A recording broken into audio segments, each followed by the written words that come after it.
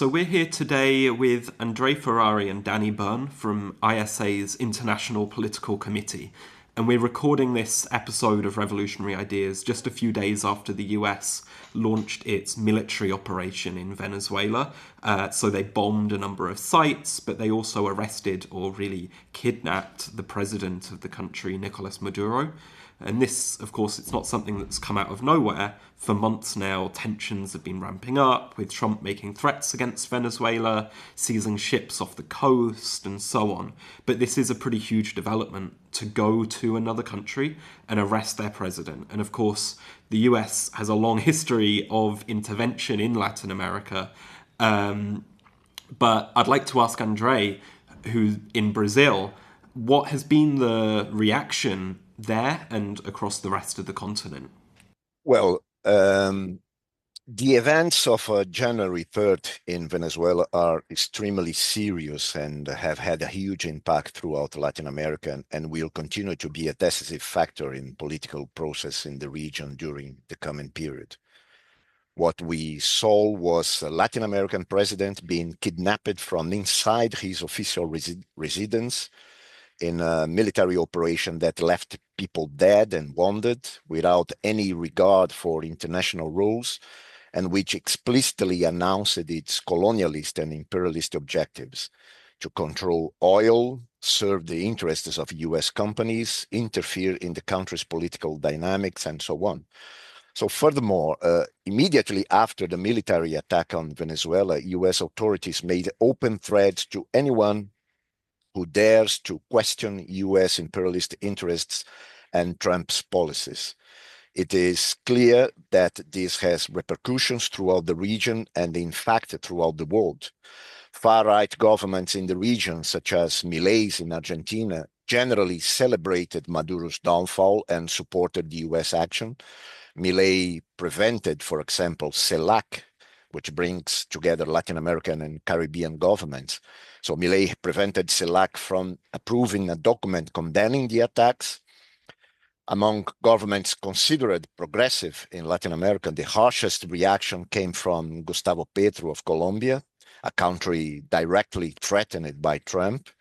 However, most of the others were very cautious in their criticisms of the attack and maintained a defensive stance. In Brazil, for example, Lula's government issued a statement condemning the attack, denouncing the violation of international law, and calling for a response from the international community through the United Nations, etc. So, in addition to continuing to foster illusions in international law and the United Nations, the statement does not even indicate who the aggressors are. Neither Trump's name nor the name of the United States are mentioned in the text.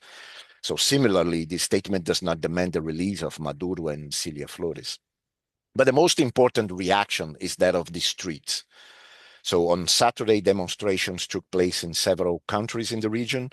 Larger demonstrations were organized in the following days. In São Paulo, where I am, we held an important demo in front of the US consulate involving social movements, trade unions, and the Brazilian left.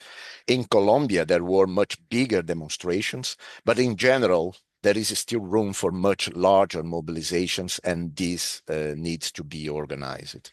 Yeah, and I mean, where we are in London, and I think all over the world, this has really been the main news story since the start of the year.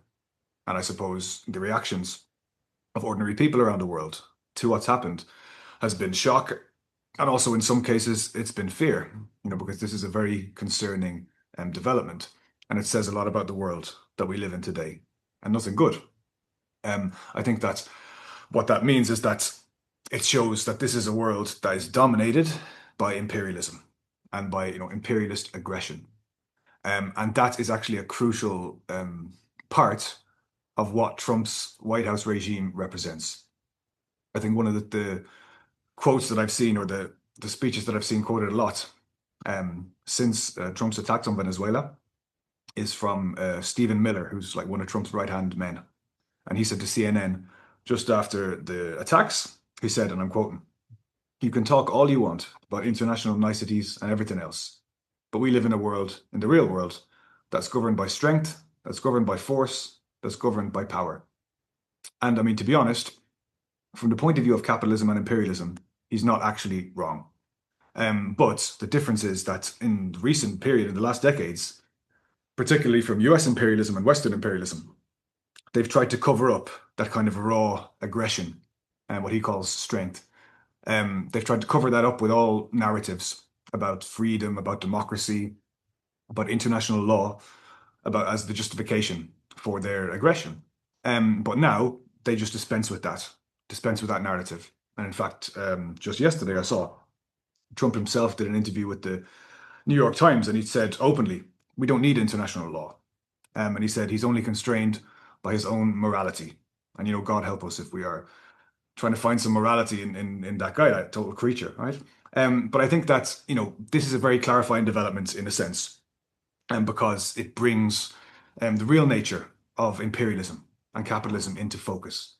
And that this is something that is not happening in the 19th century or last century. This is the 21st century. And you have the biggest imperialist power in the world, openly using force, like Andre said, to kidnap a president, and in a sense to conquer a country and to just turn it into a colony, a resource colony for the biggest imperialist power. And also, by the way, I mean, the hypocrisy of Western imperialism is being exposed.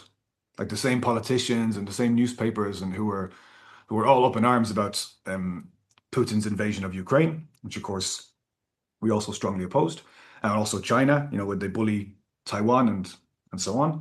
And the same people, the same politicians, the same media, they now make either no criticism at all, like Keir Starmer here in Britain, or just mealy-mouthed criticism. But what it actually shows is that the US imperialism, Western imperialism, is just as evil and just as bullying, etc., a force, as is Russian imperialism, Iran, China, all the rest of it. Right. I mean, the imperialist nature of this whole thing has been quite shocking, really, the extent to which it's just not been hidden. As Danny said, in the past, you had all this talk of, like, freedom and democracy. This would have been the pretense for the US going in to do an intervention like this. But Trump's had this much more kind of mask-off approach. He's said quite outright that the US is going to run the country, that he's interested in oil and the resources in Venezuela, these sorts of things. And at the same time, he's referenced something called the Monroe Doctrine for his approach. Maybe, Andre, you could explain what that is. Yes. Well, historically, the US has viewed Latin America as its area of influence and has sought to contain the presence and the influence of other world powers in the region. This view was first expressed in the so-called Monroe Doctrine, adopted by President James Monroe in 1823. It arose at the same time of national independence in many Latin American countries and was basically opposed to European colonialism in the region. However, this idea of America for Americans became something like Latin America for the United States of America, especially from the late 19th century and early 20th century. US interventionist policy in the region was consolidated, including a series of US military interventions in Central America and the Caribbean, etc. With Theodore Roosevelt in particular, at the beginning of the 20th century, the foreign policy of the big stick diplomacy prevailed, with the US acting as the world's policeman. So this aggressive foreign policy was tempered at other times, such as, for example, during the so-called good neighbor policy of the other Roosevelt, Franklin Delano Roosevelt, during the 1930s. But it was resumed in the context of the Cold War, when the US encouraged, organized, and promoted coups and military dictatorships throughout the region, mainly in the 1960s and 1970s. in the context of revolution and counter-revolution in the region. But regardless of the political tactics adopted by US governments, the structural, economic, and political basis of an imperialist relation between the US and Latin America has always remained historically. And the struggle against US imperialism has always been a key element in the struggles of the Latin American peoples. So Trump's current offensive in Latin America represents a return to the harshest and the most interventionist phase of US imperialism in a context of capitalist crisis and inter-imperialist dispute with China. So in early December, Donald Trump published his new national security strategy, which has been dubbed the Monroe Doctrine, Donald Trump Monroe Doctrine. So the attack on Venezuela and all other actions of the US imperialist offensive on Latin America in the last year somehow reflect this worldview. So its central objective is to maintain control of the Western Hemisphere, and Latin America is a fundamental part of this. The US backyard, as they never tired to repeating without any shame. This is an imperialist reaction to China's capitalist advance in the region, mainly economic, but also geopolitical and also essentially imperialist. Yes, and that question, China, is crucial to understand what Trump has done. Because like Andre said, with the Monroe Doctrine, I mean, that was aimed at European powers at that time, basically warning them, stay out of the Americas. And then in contrast, the Monroe Doctrine is aimed at China. And China is the US imperialism's main rival on the global stage. And Venezuela, the Maduro regime, was a very important ally of China. So just a few hours before Maduro was kidnapped, he was actually meeting with the representatives of the Chinese government. China had massive economic stakes in Venezuela. In the last few years, I think more than 80% of all the oil exports from Venezuela went to China. China had also given massive loans to Venezuela. Venezuela is the biggest debtor of China in Latin America. And then that's part of a wider context in the continent that Andre referred to, where China has been advancing. So they've been gaining economic influence, they've been gaining access to crucial resources and to markets over the last period throughout Latin America. And then combating that has been a really important part of Trump's imperialist policy as far as Latin America is concerned. And we saw that last year. In the first part of his administration, he was really focused on Panama, for example, pushing back against Chinese influence in the Panama Canal, and also with his trade war, against Mexico, for example. The tariffs aimed at Mexico, part of what they wanted to achieve was to force Mexico to cut more ties, to diminish its economic relationship with China. And it has to be said that, it's not just about Latin America. What Trump has done in Venezuela is also a show of strength on the world stage. And it has to be said that China does come out of it looking weak and looking weaker. Because despite the fact that, China has complained, they've made words of protest at Maduro's kidnapping, they've not really been able to do anything beyond that. And that's the same as we saw, last year when Trump attacked Iran. Same as we saw when the Assad regime, another Chinese ally in Syria, was brought down, that China does not have the capacity to act in defense of these important allies around the world. And it does show that even though Trump, on the one hand, represents the decline of US imperialism, he absolutely does. On the other hand, in particular militarily, and in terms of their ability to act around the world, the US is still superior. And that is a very scary thing, because to have that unique military power in the hands of someone like Trump is something that does not bode well for the world. What you say there about the inter-imperialist conflict in the world is clearly important for understanding the background here, but also Trump's been talking a lot about this question of oil and Venezuela's oil reserves. So do you think oil has something to do with this as well? No, it's absolutely about oil, and those two things are connected. I mean, oil and the inter-imperialist power struggle are absolutely connected. And I think, I was thinking it's ironic in a sense that, in my generation, around the turn of the century, one of the big slogans in the anti-war movement was no blood for oil, in relation to that time to the Middle East, to the war in Iraq and Afghanistan. And that absolutely is back now, because Venezuela has the biggest known oil reserves in the world. And of course, Trump wants them under US control. And by the way, if the US, and they are trying very hard, if they succeed in directly controlling Venezuela's oil reserves, that means the US will have direct control over about half of the world's oil reserves. And I mean, just how central oil was to the motives for this operation was shown by the fact that apparently Trump, even before he launched the attacks, he discussed with the big oil companies in the United States. And in fact, he did that before he had discussed even with members of his own Congress or US Congress, which didn't get consulted. So it shows how central oil was to this whole endeavor. But then I think oil and energy in general is absolutely crucial to the imperialist power struggle taking place in the world today. And in fact, if you look at Trump and Trump's imperialism, the struggle, the fight for energy and energy resources is a red line that's going through all of his actions. So if you look at Ukraine, for example, part of what he's trying to achieve in Ukraine with his push for a so-called peace deal is to gain control of Ukraine's mineral resources. Same in Africa. I mean, he pushed this so-called peace deal in Congo, which wasn't really a peace deal. It was actually a deal to give the US control over minerals, etc. And again, in all these cases, it's not just about Trump wanting the US to control these resources. It's about preventing others from controlling these resources. And again, that is primarily China. But I think the oil is also, I guess, it's not just about geopolitics, it's also economics. That part of what the US capitalism wants to do is ramp up the oil production in Venezuela. So the oil production in Venezuela is very low, comparatively, even though it's got these big, massive reserves. And so they want to go in there and they want to boost oil production massively.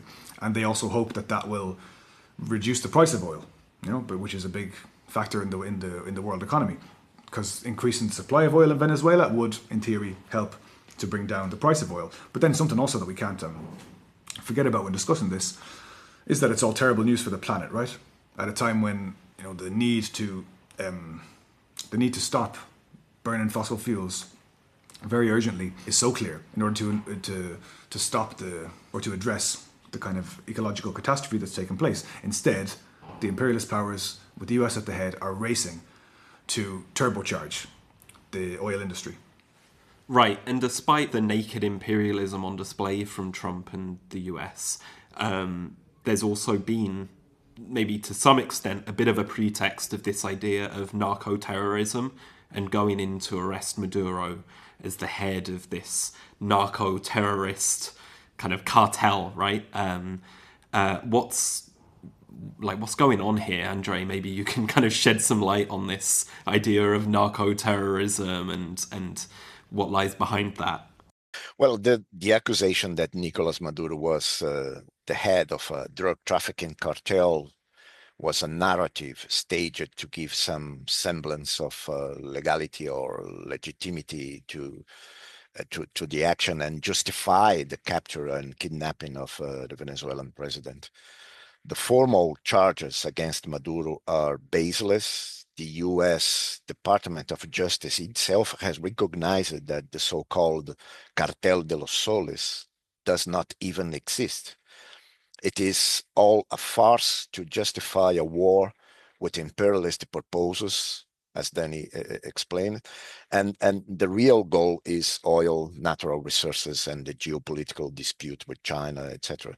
So yes, organized crime and drug cartels are a real problem for the working class, particularly in countries such as Colombia, Mexico, and Brazil, and others.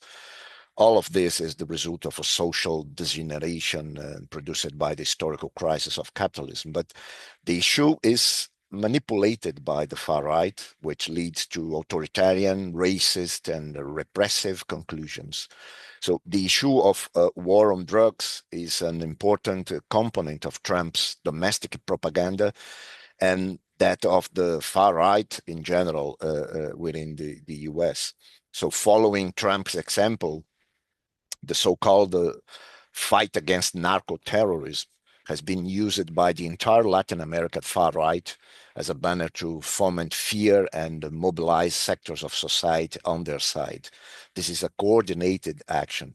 Historically, the so-called war on drugs has served as substitute for the communist threat as an argument to justify imperialist interference in Latin America and also the actions for the far right. But more recently, the example of the ultra-right-wing government of Bukele in El Salvador, with his authoritarian policies of intense repression, indiscriminated violence, and mass incarceration, has served as an example for governments in other countries in the region. For example, Noboa in Ecuador, and also in Brazil, the far right is attempting to regain ground by manipulating the issue of public security and defending murderous police actions against the young black population in the favelas in Brazil, was happened recently in Rio. So corruption, drug trafficking, organized crime are real problems for which the far right offers no solution, really. For them, it's merely a tool for manipulating fear in society in favor of their policies at the service of big capitalists. So Maduro's been deposed on these grounds of narco-terrorism or whatever, but it's kind of maybe a little bit strange. Normally, when we see the US go in and kind of try and enact this sort of regime change, we see a government deposed, maybe a new one installed, or something along those lines. But in this case, it seems that Maduro's gone, but the remains of his government are still in place. Like Vice President Delcy Rodriguez has taken over the role and is now the acting president of Venezuela. If Trump's after regime change, how do you think this fits into that picture? What really caught people's attention was how easily they got to Maduro and grabbed him. They basically kidnapped a head of state right in his own capital without any serious air or ground fighting. It's true that there were around 100 deaths as a result of the attack, none of them from the aggressor side. It is also true that there was some resistance from the Cubans and Venezuelans in Maduro's personal security team. At least 32 of them were killed. But apart from that, there were practically no major battles on the ground, and the anti-aircraft defenses simply did not work. It's clear that the so-called Operation Absolute Resolve was meticulously prepared over months, and that the military and technological superiority of the US is more than evident. Now, it is also clear that in addition to US Secret Service agents operating in Venezuela, a key factor in the operation, this presence of CIA, etc., in Venezuela, there was some degree of collaboration from elements from within the regime. So the acting president, Delcy Rodriguez, about whom many suspicions of collaboration have also arisen, she has already begun an internal purge against possible collaborators or mere scapegoats. The first big name to fall was General Javier Macano Tabata, former head of the Presidential Guard of Honor, and also director of counterintelligence agency. But more important than speculation about the collaborators within the regime, the fundamental issue is that even if there was no conscious betrayal, Maduro's regime was politically incapable of standing up to imperialism. The main strategy of Maduro and others in the government, including Delcy Rodriguez, in dealing with Trump was to offer concessions to imperialism, to try to convince imperialism that they did not need to overthrow the regime to obtain Venezuelan oil and mineral wealth, etc. So its main strategy has never been effective resistance to imperialism, but rather the search for an agreement with the US. And now, even without Maduro, that's what they are doing. In practice, they continued with their policy of trying to convince the US that they are not a problem and are willing to cooperate. It's been quite interesting over the last few days to see the sorts of statements coming out of the Venezuelan government. So Delcy Rodriguez at first actually was taking quite a combative tone. So she was demanding the release of Nicolas Maduro and his wife. She was speaking out in defense of Venezuela's sovereignty. Of course, the US responded with threats and so on. And since then, the tone from the Venezuelan government has been a bit more conciliatory. The US clearly has factored this into its calculations, right? They see Rodriguez as someone that they hope they can lean on a bit more to get their own way in a way that they wouldn't have been able to do under Maduro. But the Venezuelan government makes a lot of its anti-imperialist, its socialist credentials, this idea of leading a Bolivarian revolution. I'd like to ask Andre, what does the Venezuelan government represent, and especially now that Rodriguez has taken power? Yes, well, first of all, Delcy Rodriguez, the acting president, and other authorities, including her brother, Jorge Rodriguez, the president of the National Assembly, they are currently operating with a gun pointed at their heads, and they are collaborating with the US. Marco Rubio recently announced imperialism's plans for Venezuela. It is divided into 3 stages, 3 phases: stabilization, recovery, and transition.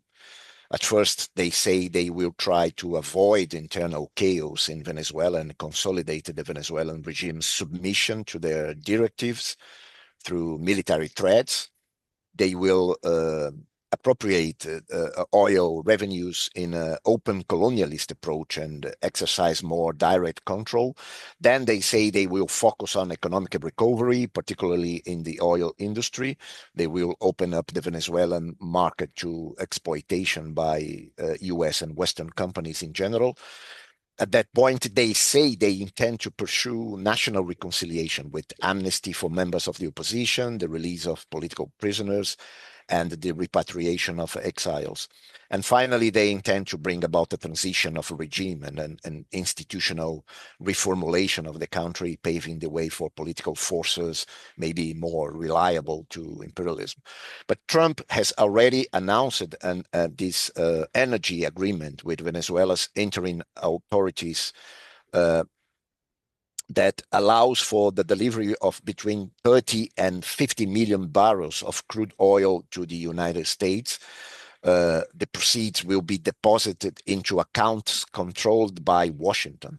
So the agreement could redirect shipments destined for China.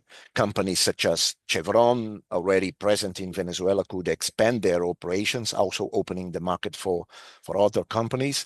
But in practice, despite all the rhetoric from representatives of the Venezuelan regime about the continuity of the so-called Bolivarian revolution, what we see in practice is the regime's submission and capitulation to imperialism in order to remain in power. For us, the center of our political position now is obviously the defense of a united mass struggle against Trump, against imperialist intervention in Venezuela. But we cannot fail to make a political assessment of the role of Maduro, the Chavista leadership, and the Venezuelan political regime.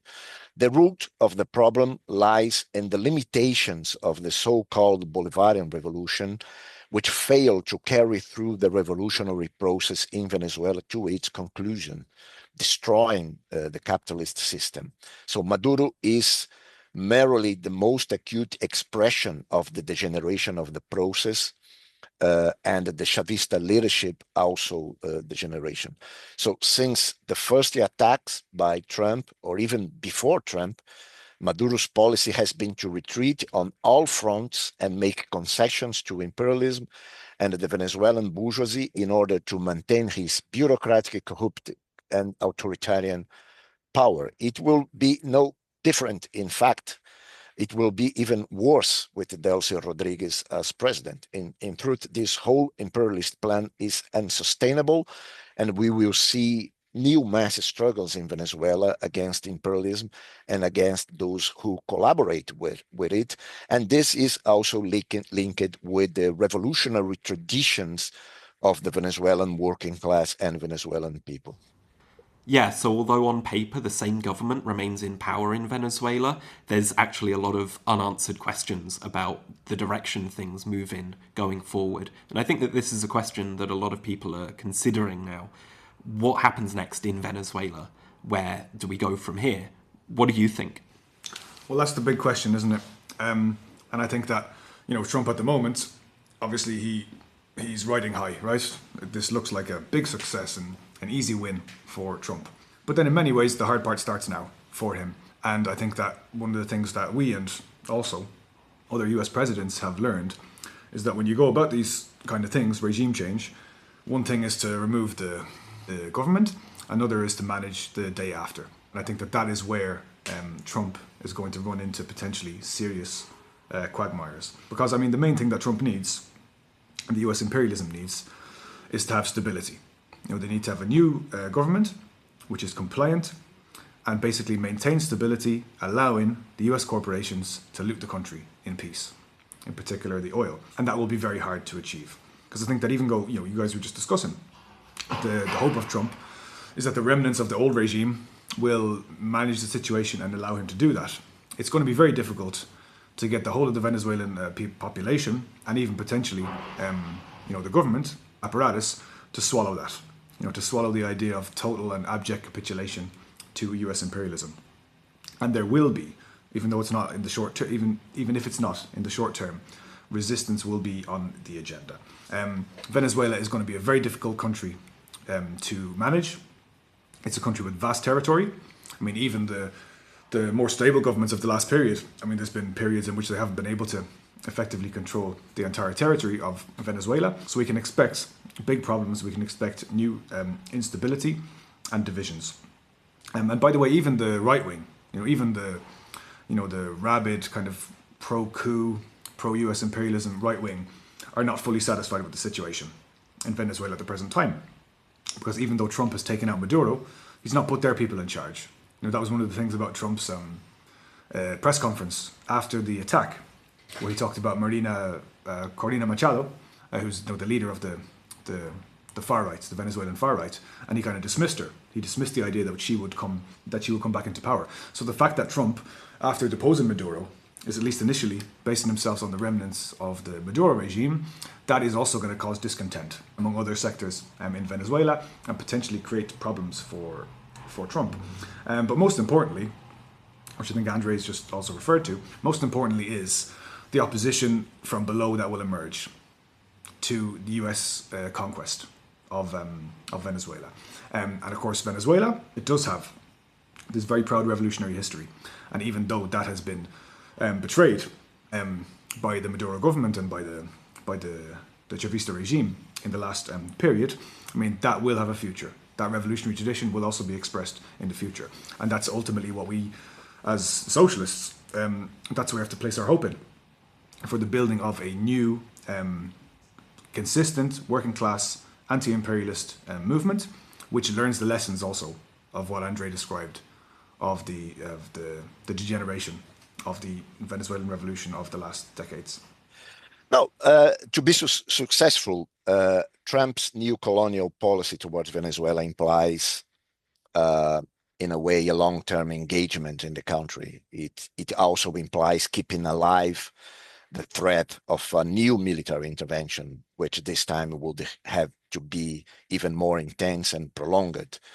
Trump will have to keep a gun pointed at Delcy Rodriguez's head in the form of a war fleet off the country's coast and much more in reality. So, but at the same time, there is no way that a new colonial policy of plundering Venezuela's oil and natural resources can pacify the country, stabilize the Venezuelan political and economic scene, or improve the lives of the people. The trend is for tensions to worsen, dissatisfaction to grow, and conflicts to increase. In this scenario, things will not turn out as Trump expects. If he does opt for example, a new wave of military attacks on Venezuela, this time it will not be just a quick and effective operation like the one we have seen. in that case, the US would have to commit to sinking into a quagmire of conflict and turmoil that could even lead to, more conflict or even a civil war in the country. So to contain bigger internal dissatisfaction in the United States, Trump, for this operation, bet on the fact that his military intervention in Venezuela was a one-off swift action with no casualties on the American side. But if Trump gets bogged down in a quagmire of conflict and long-term military intervention in Venezuela, the scenario changes completely. We have seen how the Afghanistan and Iraq syndrome is still a factor in the United States. In recent days, for example, the US Senate held a first vote on a motion limiting Trump's power to unilaterally decide on new attacks on Venezuela. Is the first vote, but it's an indication that internal dissatisfaction, even involving sectors of the US bourgeoisie, are present. And even these sectors can oppose greater involvement in a military conflict with Venezuela. But this can become a really problem for Trump and US imperialism in the future. Yeah, and Trump's kind of posturing towards Venezuela is also something that we've seen across Latin America as a whole in the last few days, right? He's made these threats towards Colombia, Mexico, especially Cuba. But of course, as well, he's been leveling these quite high-profile threats against Greenland as well, saying the US needs to control Greenland. And those threats aren't necessarily new, but they're definitely something that we've seen ramp up quite a lot in the context of this kind of triumphalism from US imperialism about the success of their operation in Venezuela. So the question really is what happens next? What will Trump's next move be? Will it involve some sort of military intervention somewhere else? What's Trump's plan here, if there even is one, Well, I think that one special target for US imperialism now is Cuba, and we should pay a lot of attention on that. Trump and Marco Rubio have been explicit in their threats against Cuba. In fact, the attack and imposition of a new colonial relationship with Venezuela directly affects Cuba. The attack on Venezuela was also an indirect attack on Cuba, symbolized by the 32 Cubans murdered in Caracas. But even before the attack on the January 3rd, the naval blockade against oil tankers leaving Venezuela also sought to prevent the supply of oil to Cuba. 10 years ago, Venezuela sent 100,000 barrels of oil per day to Cuba. This later dropped to only 30,000 per day, well below Cuba's needs. But Trump will demand an end to all aid from Venezuela to Cuba, which will greatly aggravate the country's situation. Recently, Mexico has become an important supplier of oil to Cuba, but the country is also under intense pressure to stop doing so. So Cuba's situation today can be considered even more serious than during the so-called special period in the 1990s, shortly after the end of the Soviet Union. Since 2021, more than 1 million Cubans, like 10% of the population, have left the country. Some of the greatest achievements of the Cuban Revolution are being tragically lost. Infant mortality has more than doubled. Hunger, previously unheard of, so is now a reality on the island. Poverty, lack of medicines, and energy shortages, with daily power cuts of up to 18 hours a day, are now commonplace in Cuba. So the US seems to prefer to wait for the country to collapse, which would pave the way for regime change. At some point, direct military intervention may occur along the lines of what we saw in Venezuela, but the outcome of this would be even more uncertain. Direct intervention by the US will generate reaction and resistance and enormous international, regional, and international repercussions. So the central responsibility for this semi-collapse in Cuba lies with the embargo and the attacks by the imperialist U.S. imperialism, blockades, and other attacks.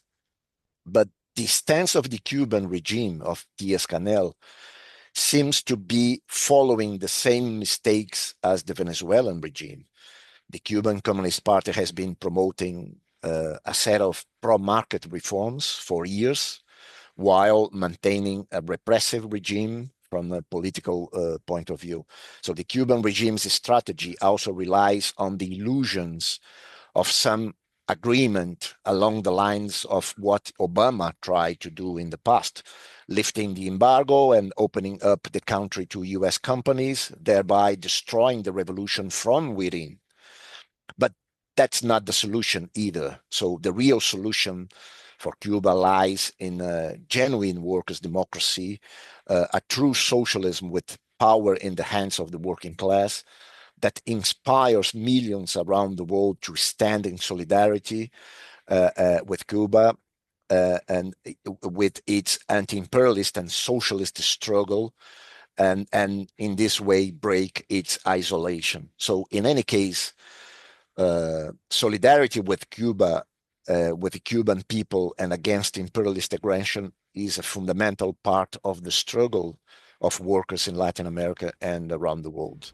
Yeah, so the situation in Cuba clearly right now is very concerning. It's in a really deep crisis. And then at the same time, you've got these threats towards Mexico and Colombia, and of course this whole situation around Greenland. Could Trump invade one of these countries as well? Well, of course, you never know with Trump, right? And it must be said that Trump does want to, I think, project power beyond Venezuela in Latin America. And he wants to create the picture that the US can act in its backyard, however it wants, whenever it wants, etc. So I think, he will do something. However, that being said, I think it's very unlikely that Trump would attack Colombia or Mexico in the same way that he has attacked Venezuela, in terms of attacking the government, trying to take it out, etc. But on the other hand, he could still carry out airstrikes, for example, on Colombian territory or even on Mexican territory, claiming that he's going after the so-called cartels, etc., which would still be obviously a massive violation of the sovereignty of those countries and add to the resistance, to the anger against US imperialism. But that, of course, is possible. I think, as Andre mentioned earlier, I mean, he does have a genuine animosity, especially with the Colombian president, with Gustavo Petro. But then, on the other hand, there's going to be elections in Colombia this year, presidential elections, I think in the summer, in May, which Petro at the moment is likely to lose. And so, therefore, I think Trump would rather hope and expect that a friendly president in Colombia would serve his interests in not so long. So that again diminishes the chance of a major attack on Colombia. But I think the question of Greenland is a different question. And if you are like we are in the UK or in the West at the moment, that is the thing that has governments and the media really riled up. Because it does seem that, not just Trump, but different sections of the Trump administration, like that guy Stephen Miller that I mentioned earlier. I mean, what they have been focused on since the attack on Venezuela is the question of Greenland. And there is a kind of growing fear that Trump is quite serious about, taking Greenland over. And it has to be said that is of a different order of magnitude in terms of the global instability that it would provoke if the US was to make a serious move to try to take control of Greenland. Because, of course, I mean, Denmark, and again, this is an aside, but the way it's talked about in the Western media, the horror at the idea that the US would annex or colonize Greenland, it's kind of, they forget that Greenland is already a colony of another country, European country, Denmark. But of course, that is a major geopolitical factor. That Denmark is a European power, it's a NATO country. And so therefore, I mean, if Trump was to really go after to take Greenland from Denmark, that would be another qualitative escalation in the crisis of the West. We have called the West. that Trump has already caused. He has dynamited the Western alliance in the last period. So that will be a very significant development. But I think from the point of view of socialists, I mean, our position should be that Greenland should be nobody's colony. Nor should Venezuela, nor should any other country. We're against all colonialism. We're against all imperialism, and we're in favor of working people around the world deciding their own futures, free from imperialist attacks and free from imperialist intimidation. And that goes for Greenland as well as anywhere else. Yeah, I think those are important points to raise because it's really quite striking right now. You look at the news and it's just full of stuff about war and imperialism. These issues are just becoming kind of bigger and bigger factors in the world that we live in today. And I think a lot of people are watching that situation with some amount of horror, but also wondering, looking at things like Venezuela, but as well as that, Ukraine, Palestine and so on, and wondering, what can we do about this? Can we do anything about this? Are we doomed to just watch from the sidelines as these big powers like the US wrangle for control of the world? Or is there something that we can do about it? And what do you think that might involve? Well, first of all, anti-imperialist struggle has always been a fundamental part of the struggles of the working class and all oppressed people in Latin America. All the great revolutionary struggles in the region have had a strong anti-imperialist component. And Latin American workers have always had to rely on their own strength and willingness to fight together with oppressed sectors of the masses, such as the peasantry, indigenous peoples, and etc. So the Latin American bourgeoisie has always been sold out to imperialist interests, especially those of the United States.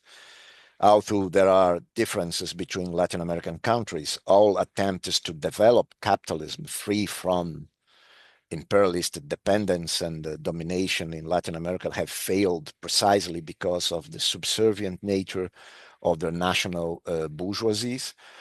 And that is why the anti-imperialist struggle in Latin America can only be victorious if it is also a struggle against this subservient and sellout national capitalist class. So it must therefore be a struggle against capitalism, a struggle that has socialism as its strategic perspective, as the main axis of its program and strategy. And this is an important lesson from history and from the actual situation that the movements now have to learn.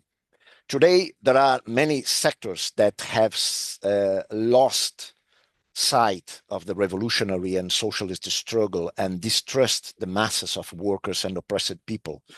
In the face of US imperialism, they seek support from what they see as a rising power that can stand up to US. That's the way they see China, for example. So China is seen as a possible alternative for these sectors. But in fact, China is already a decisive economic force in South America in particular, but also in Latin America as a whole. But its role is not to help in the autonomous development of local economies. It's quite the contrary. Trade relations with China have accelerated a profound neo-colonial regression throughout Latin America. Even more industrialized countries such as Brazil and Argentina have undergone intense process of deindustrialization and the priority in export of primary products, selling soybeans, meat, iron ore, or crude oil, and buying manufactured goods. So in the case of the US military intervention in Venezuela, it has been demonstrated that expecting China to take any more effective stance against the US in favor of the Latin American peoples is a tragic illusion. The only way to effectively confront imperialism is through the independent struggle of the working class and oppressed peoples. It is by using the methods of struggle of our class, the general strike, the occupation of productive unities in the city and in the countryside, that we can wage a revolutionary struggle with a clear socialist orientation. Latin America cannot be considered anyone's backyard. It's not the backyard of the US. but neither can it be the backyard of a Chinese capitalism and imperialism. The defeat imposed by US in Venezuela at this moment is just one chapter in a long struggle that will continue. ISA is part of the international struggle against military intervention in Venezuela and throughout Latin America. And we seek to rebuild the foundations of a socialist alternative for the working class in the region and around the world. And I think that it's an important task in the current current period of the class struggle in the world. Absolutely agree. And you know, war and imperialism, which is increasingly dominant in the world, that is also only one of the ways in which the capitalist system is dragging humanity and the planet towards disasters in this epoch that we are living in. Of course, you also have the climate catastrophe, an ecological catastrophe that is unfolding. You have the global shift to the right in politics, an unrelenting global attack on oppressed people, on migrants, on trans people, etc. Then you have the continued impoverishment and immiseration of the global majority through successive economic crises. And, you know, this is not a result of just this or that bad capitalist or bad politician making bad decisions. I mean, these terrible processes are the way that capitalism responds to the crisis that it faces. And there's no other way, fundamentally, on a capitalist road or from a capitalist point of view.